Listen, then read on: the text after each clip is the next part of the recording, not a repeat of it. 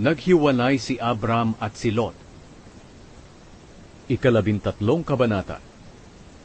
Mula sa Ehipto, pumunta si Abram sa Negev kasama ang asawa niya at dala ang lahat ng ari-arian niya, at sumama rin sa kanila si Lot. Napakayaman na ni Abram. Marami na siyang hayop, pilak at ginto.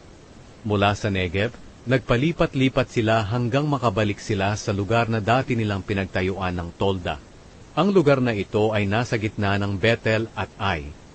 Dito rin sila unang nagtayo ng altar nang dumating sila sa Kanaan. At muling sumamba si Abram sa Panginoon. Si Lot na laging kasama ni Abram saan man siya pumunta, ay may sarili ring mga hayop at mga tolda.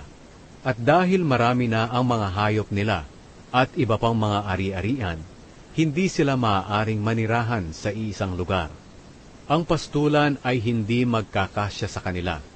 Dahil dito, nag-away-away ang mga tagapagbantay ng mga hayop nila.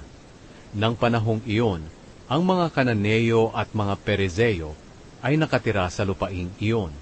Kaya sinabi ni Abram kay Lot, "Tayo at ang mga tauhan natin ay hindi dapat mag-away, dahil magkakamag-anak tayo. Ang mabuti pa, maghiwalay na lang tayo dahil marami pang lugar na maaaring lipatan. Ikaw ang mamili kung aling bahagi ng lupain ang pipiliin mo. Kung kakaliwa ka, kakanan ako. Kung kakanan ka, kakaliwa naman ako." Tumanaw si Lot sa paligid at nakita niya na ang kapatagan ng Hordan hanggang sa Zoar ay sagana sa tubig, katulad ng lugar ng Eden at ng lupain ng Ehipto. Nangyari ito noong hindi pa nililipol ng Panginoon ang Sodom at Gomora. Kaya pinili ni Lot ang buong kapatagan ng Hordan sa silangan. Sa ganoong paraan, naghiwalay sila ni Abram.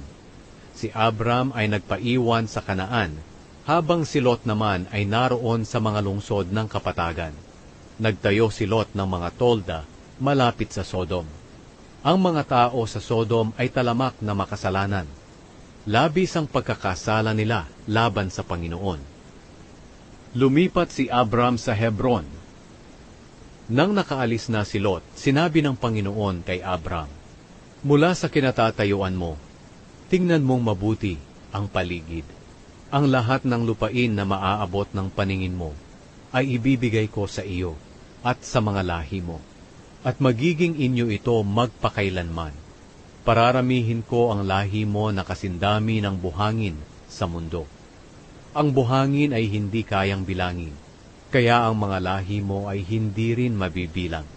Lumakad ka at ikutin ang buong lupain, dahil ibibigay ko itong lahat sa iyo." Kaya inilipat ni Abram ang tolda niya, at doon siya nanirahan malapit sa malalaking puno ni Mamre, roon sa Hebron, at gumawa siya roon ng altar para sa Panginoon.